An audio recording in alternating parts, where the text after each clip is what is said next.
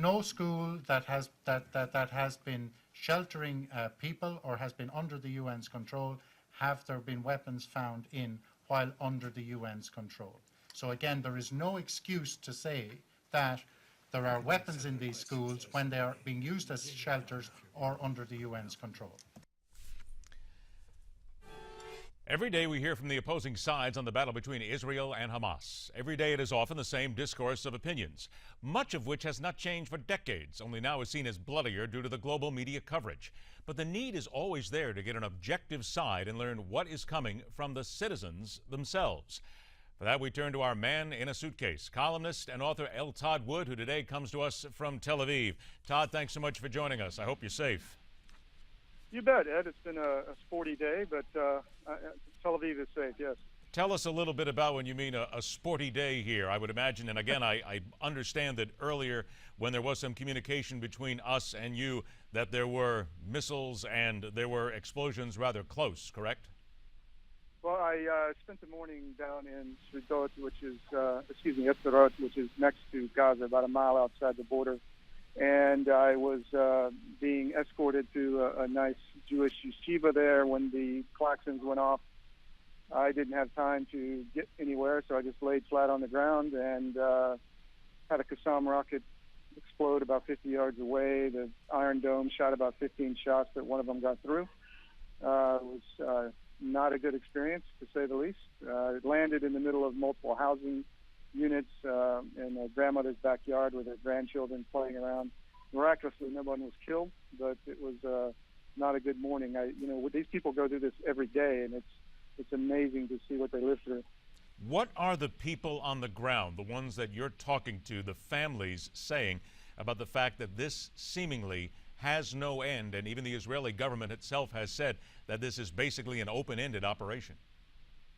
Well, the families want the world to know what's going on. I mean, the world is only seeing one side of the story. This one village alone outside of Gaza last year took 2,500 rockets alone. So, they get about 40 a day. People are killed routinely. This one, the blast went through 3 houses, and these people want the world to know what's going on here. Let's talk about also what is on the other side of things. I'm going to play a couple of sound bites here for the folks and you'll also be able to listen to this as well. This is United Nations Relief and Works Agency spokesman Chris Guinness. This comes down again to another missile that was fired by Israel, another time that a school was either hit or injured or caught in the blast, if you will. And here's Chris Guinness saying that the Israeli military was warned multiple times that there were people in that school. Here it is. We had warned the Israeli army 17 times. We told them exactly where the school was. We told them it was filling up. It was full with over 3,000 people who'd taken refuge for the fighting. And don't forget, these are people who've been told to move by the Israeli army. Now, here's the other side of this. Here's Lieutenant Colonel Peter Lerner. He is the Israeli military spokesman, and he responds to this saying that the IDF does not target United Nations premises and that it was only because mortar fire was being launched adjacent from the school that the Israeli military actually went after. Here's that.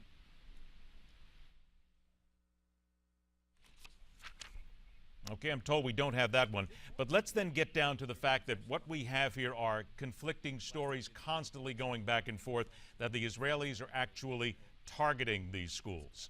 From what, again, you hear on the ground. Please, go ahead.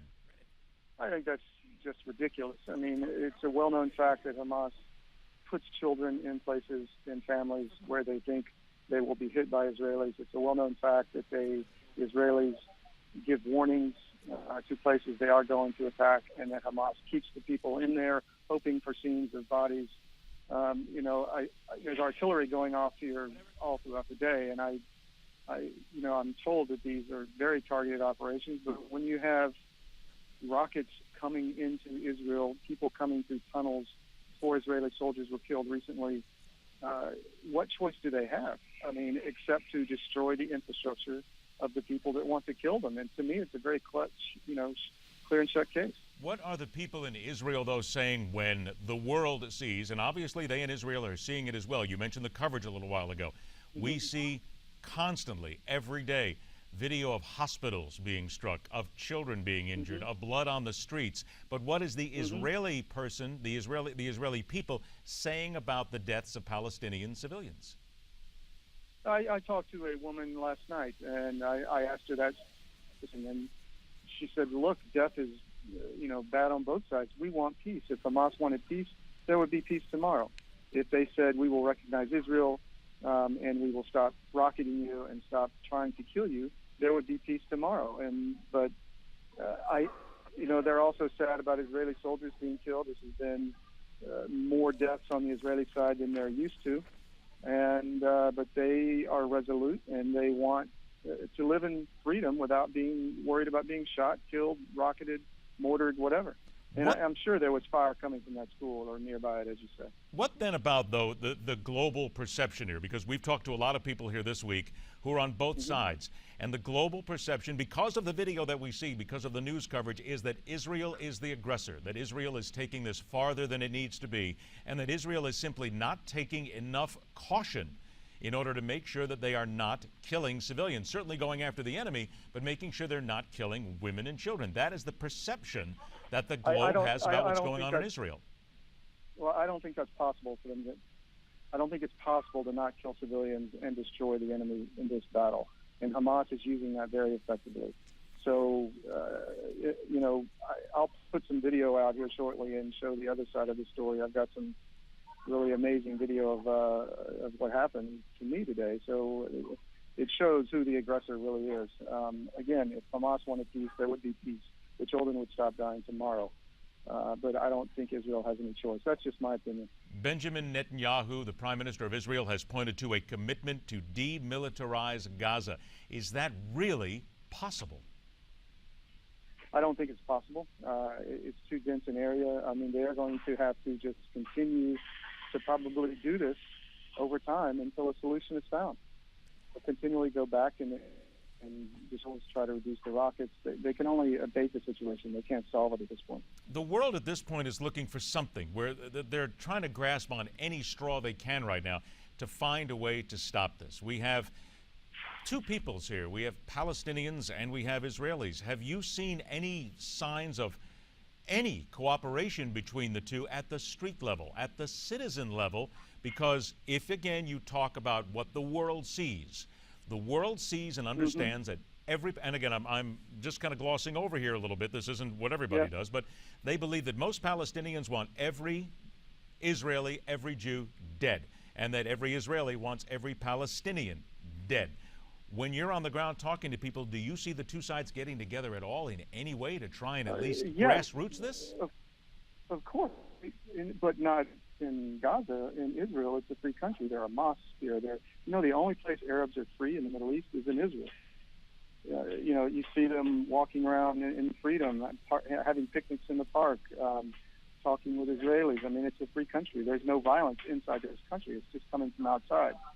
So, yes, it happens, and I believe it would happen. The other side wanted peace. I don't believe they want it. But do you see any signs whatsoever of Palestinians and Israelis trying, just the general citizenry themselves, trying to do what they can and at least not wanting to kill each other on sight? Yes. I mean, that is, again, here in Israel, it happens. I know there's a fairly anti-war faction here in Israel, but right now the country is resolute, and those people have really had their eyes open, I think, and they're somber, but they're determined to see through. I think that's the attitude here. Is there a feeling that the attack on the Palestinians and certainly the attack on the Gaza Strip is helping Hamas recruit more terrorists against Israelis?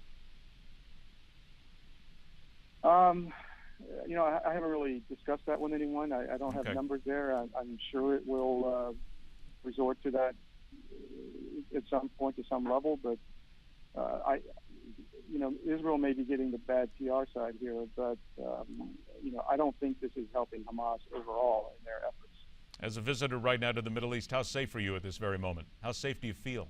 I'm in Tel Aviv now. I'm back from this growth, but today the sirens went off, and I had an unexpected party right when I got back to Tel Aviv, which is the shelter here in the hotel. So it's happening throughout the country. They have rockets that can reach pretty much any of the major cities.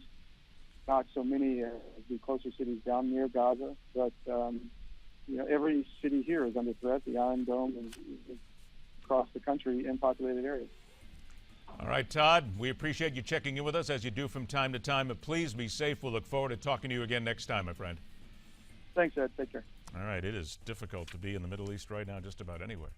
All right, coming up later on this hour, hard evidence that the president has got to be bucking for a new gig as a stand-up comedian. And after the break, political analyst Dick Morris sets the stage for the midterms and beyond as we continue here on MidPoint, where we question everything.